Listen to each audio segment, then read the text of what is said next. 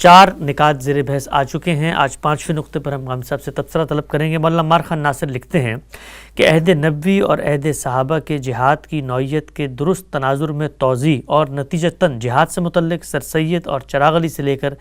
شبلی اور قاری محمد طیب تک پیدا ہونے والے معذرت خواہانہ انداز فکر، اور دوسری طرف فکر مودودی میں توحید و رسالت کو ایک سیاسی آئیڈیالوجی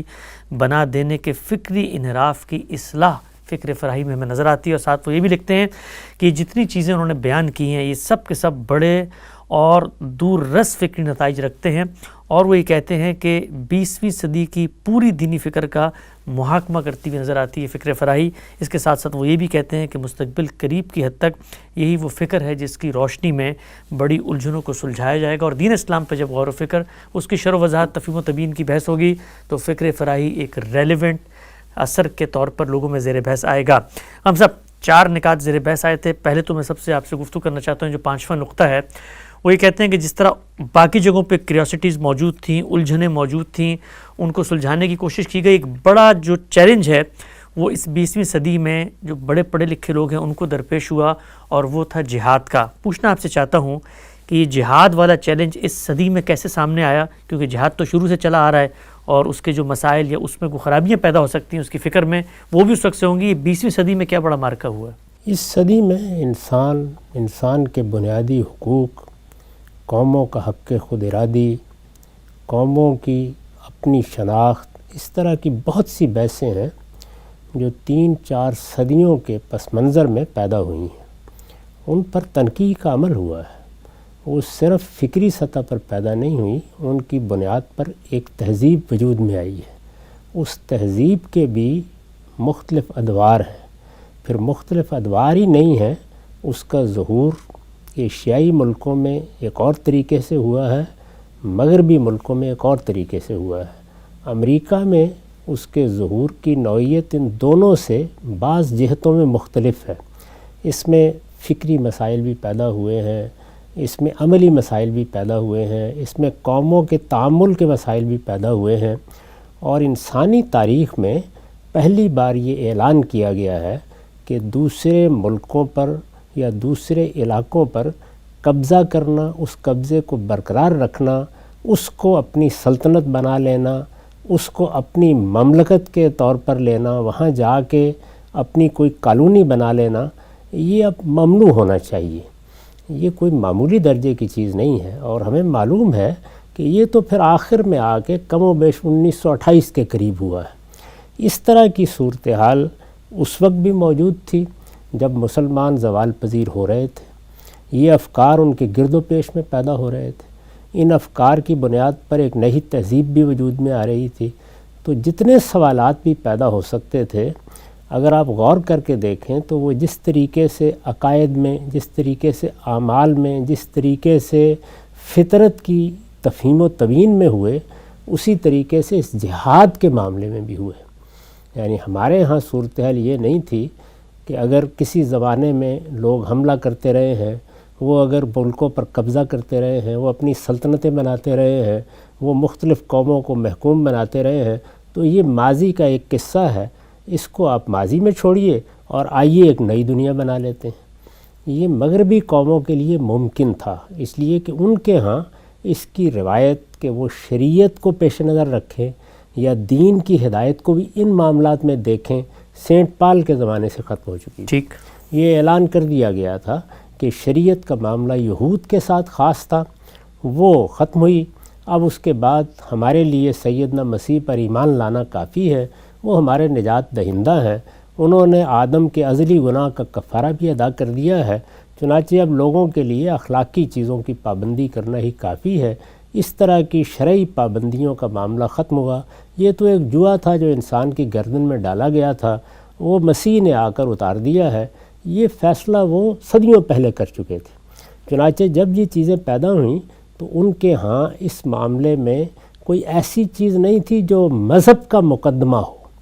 اور وہ زنجیر پا بن جائے، جبکہ ہم مسلمانوں کے ساتھ یہ صورتحال بالکل مختلف ہے۔ یعنی یہاں تو یہ تھا کہ جہاد اور قتال ہماری کتاب میں زیر بحث ہے، ہم اپنی کتاب کے بارے میں تو کسی دور میں بھی اس نتیجے پر نہیں پہنچے کہ اب اس کی شریعت منسوخ ہو گئی ہے یا یہ بنی اسماعیل کے ساتھ خاص تھی، اس طرح کا تو کوئی معاملہ نہیں ہوا۔ چنانچہ یہ لازم بھی تھا اور ناگزیر بھی کہ اس خاص مسئلے کا بھی مطالعہ کیا جائے۔ تو اس صدی میں ہم یہ دیکھتے ہیں کہ بہت سے لوگوں نے قرآن مجید میں اس کے احکام کو سمجھنے کی صحیح کی ہے۔ اس میں انہوں نے بہت خوبی کے ساتھ یہ بیان کر دیا ہے کہ اگرچہ بہت سی تعبیرات لوگ کرتے رہے لیکن دو چیزیں اہمیت اختیار کر گئیں۔ ایک یہ کہ بعض لوگوں نے یہ دعویٰ کر ڈالا اور بہت اصرار کے ساتھ کہ یہ صرف جارحیت کے مقابلے میں دفاع کے لیے کیا جاتا ہے۔ اگر آپ بظاہر دیکھیں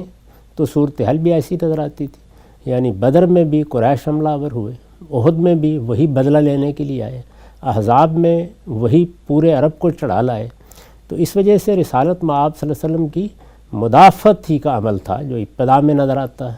پھر اس کے بعد جب اپنی طرف سے بھی اقدام کیا گیا تو بڑی آسانی کے ساتھ یہ بتایا جا سکتا تھا کہ یہ بھی اصل میں ایک مدافعانہ اقدام ہی ہے۔ یہ صورتحال ایک طرف سے پیدا ہوئی جس پہ انہوں نے بہت سے لوگوں کا نام بھی لیا ہے، اس میں بعض عالم عرب کے بڑے علماء بھی ہیں اور ہمارے ہاں کے بھی بڑے علماء ہیں۔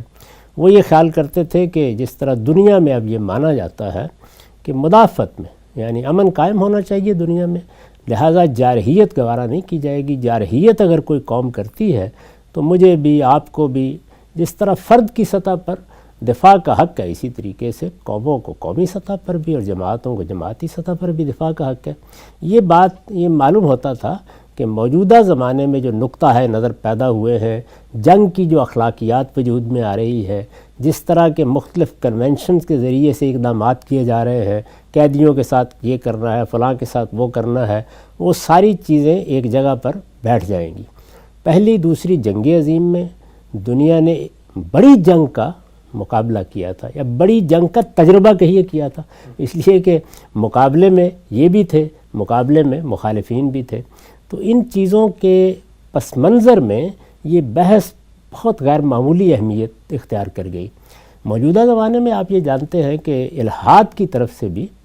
یعنی پہلے مرحلے میں بھی، درمیان کے مرحلے میں بھی، اور اب یہ مرحلہ گزر رہا ہے جس میں بڑی حد تک الحاد سر اٹھا کے بات کر رہا ہے۔ زیادہ تر جن چیزوں کو ہدف بنایا گیا، موضوع بنایا گیا، وہ رسالت مآب صلی اللہ علیہ وسلم کے بعض معاشرتی فیصلے ہیں اور بعض اس نوعیت کے جنگی فیصلے ہیں۔ مثلا بنو قریظہ زیر بحث آ گئے، مثال کے طور پر بعض حملوں کی منصوبہ بندی کے واقعات زیر بحث آ گئے،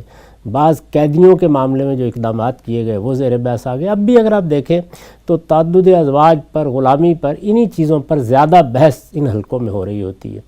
یہ ظاہر ہے کہ جہاد کے ساتھ متعلق معاملات ہیں سارے کے سارے، یعنی اس سے پیدا ہوتے ہیں، ٹھیک، اور اس سے پیدا ہو کر ایک خاص طرح کا علم کلام اور ایک خاص طرح کی فکر پیدا کر دیتے ہیں۔ وہ ہمارے پس منظر میں موجود تھی۔ جن لوگوں نے اس کا جواب دینے کی صحیح کی، اس میں مولانا سید ابوالعلا صاحب مودودی کی حیثیت بڑی غیر معمولی ہے۔ جی،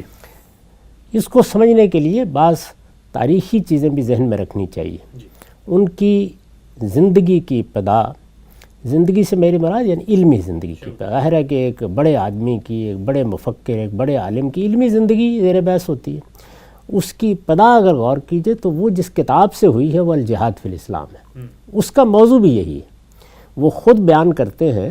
کہ جہاد کے بارے میں خود ہندو مفکرین کی طرف سے بہت سی بحثیں یہاں پیدا ہو گئی تھیں اور اس میں کچھ معذرت خواہانہ انداز مسلمانوں کی طرف سے سامنے آ رہا